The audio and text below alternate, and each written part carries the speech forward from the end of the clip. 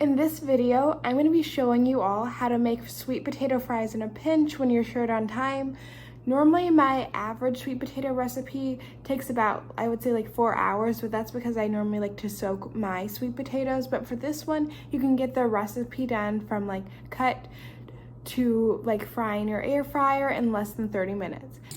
So the first thing that I did is I cleaned up my potatoes. I made sure to get all the little dirt and gunk off of them. And then after I took off the gunk, I simply dried it off with a paper towel. One would suffice because I'm not really making too many. And then I cut it down into about 16 to 20 like fries. This like all depends on your potato. I have to swear the first piece is always the hardest to cut, but after that I just like lay it on its side, and every subsequent piece is easy to cut since then. And then after that, I just simply add all my sweet potatoes to a bowl, and then I put some like non-stick cooking spray on it because I'm gonna put these in my air fryer actually. And then I just season them. I just put some Cajun seasoning, oregano, and some thyme.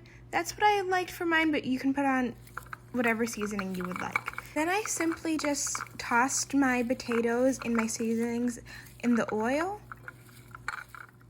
Then I placed my potatoes on this contraption. I don't really know what to call it, but either way, it's what goes into my air fryer. I'll put a link down below.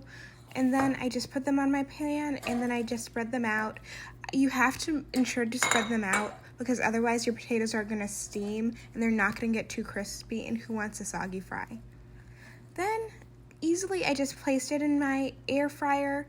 And I put it on whatever temperature it sets it as, but if you don't have one that just automatically does the temperature, I would do it at 400 degrees for 25 minutes.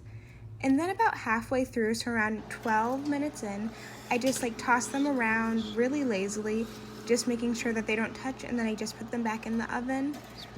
And then that's kind of how they look at the very end. As you can see, they're very crispy on the outside, and they were so delicious to eat. I hope you enjoyed this time-saving recipe.